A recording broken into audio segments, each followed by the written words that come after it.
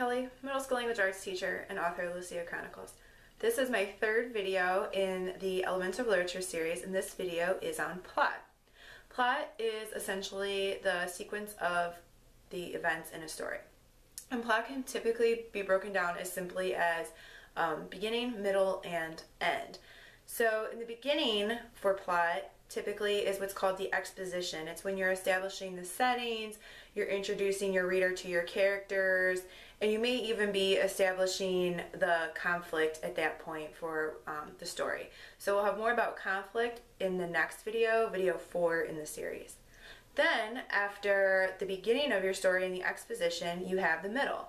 The middle is all of the events or the rising action, all of the events leading up to the climactic point of the story. The climactic point is where the story turns.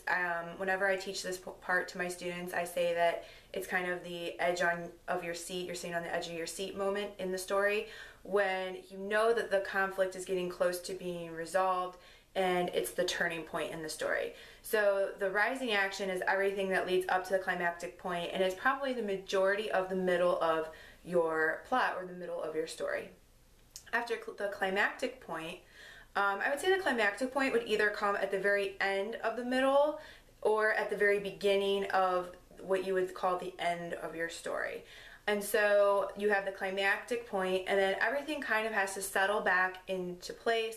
Sometimes things return to normal, or at least it seems to return to normal.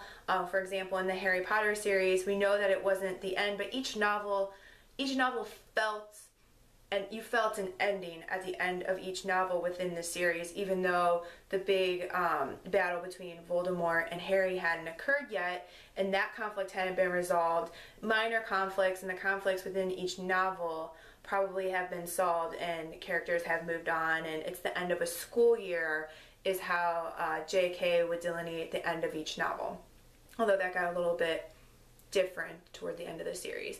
So the climactic point is either going to be at the end of the middle portion of your story or at the beginning of the ending portion of your story.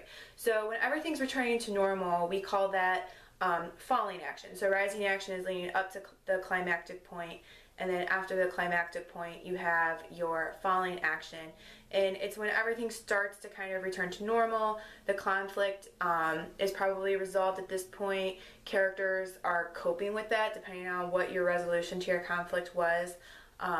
So all of those things lead up to the end of your story.